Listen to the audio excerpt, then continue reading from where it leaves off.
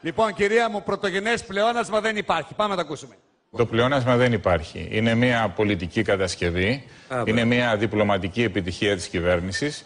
Υπάρχουν ειδικοί κανόνες υπολογισμού του ελλείμματος για την Ελλάδα, οι οποίοι έχουν συμφωνηθεί μεταξύ της Τρόικας και του κυρίου Σαμαρά και του συνεργατών. Έχουν συμφωνηθεί, υπάρχει. Ένα λεπτό. Οι οποίοι δεν είναι ευνοϊκοί όμως, Σας ενδιαφέρει το... Μέσα σε αυτό το πλεόνασμα περιλαμβάνονται τρελά πράγματα. Περιλαμβάνονται 4-5 δις που είναι τα δάνεια που μου δώσανε στο δημόσιο για να πληρώσει τις ληξιπρόθεσμες οφειλές του.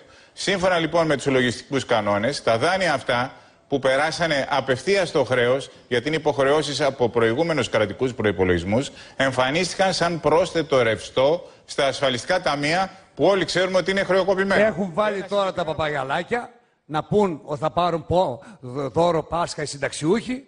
230 εκατομμύρια θα δώσουν στο Μέγαρο Μουσικής. Επειδή χρωστάγε και είχε μπει εγγυητή στο δημόσιο.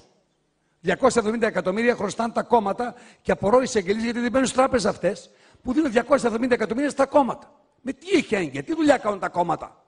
Πώς θα τα φέρουν πίσω. Και αυτά θα τα δώσουμε μία υπογραφή. Όχι όπως θα βγάλουν το λάδι στους κατοίκους της Κεφαλονιάς που για να πάρω 550 ευρώ θα συμπληρώσω 550 χαρτιά. Έτσι, παπ. 500 εκατομμύρια μάνι από το πλεόνασμα. Θα πάνε στους δικούς τους. Αυτή είναι η αλήθεια.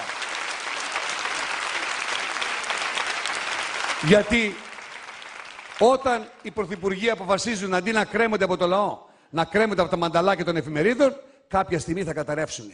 Πρωτογενές πλεόνασμα δεν υπάρχει, αλλά θα μπορούσαμε. Επίκληση κατάστασης ανάγκης. Πώς έχει η κατάσταση σήμερα? Όλοι οι διεθνείς οργανισμοί και το Γραφείο Προϋπολογισμού της Βουλής, που έχει επικεφαλής, όπως γνωρίζετε, εκλεκτό συνάδελφο καθηγητή, πρώην υποψήφιο με το κόμμα της Νέας Δημοκρατίας. Είναι και το ΣΥΡΙΖΑ.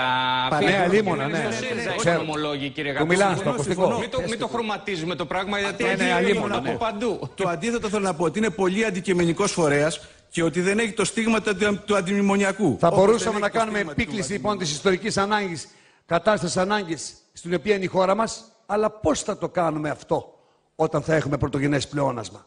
Ιδού λοιπόν το σχέδιο. Η χώρα παρουσιάζει πρωτογενές πλεόνασμα, φέρνουν ψιλοντηρί στην αρχή, το εγκρίνουν πριν τις εκλογές, θα μας αφήσουν να ψηφίσουμε αυτό που τους αρέσει και αν τους αρέσει το αποτέλεσμα θα μας πούν τι θα μας δώσουν.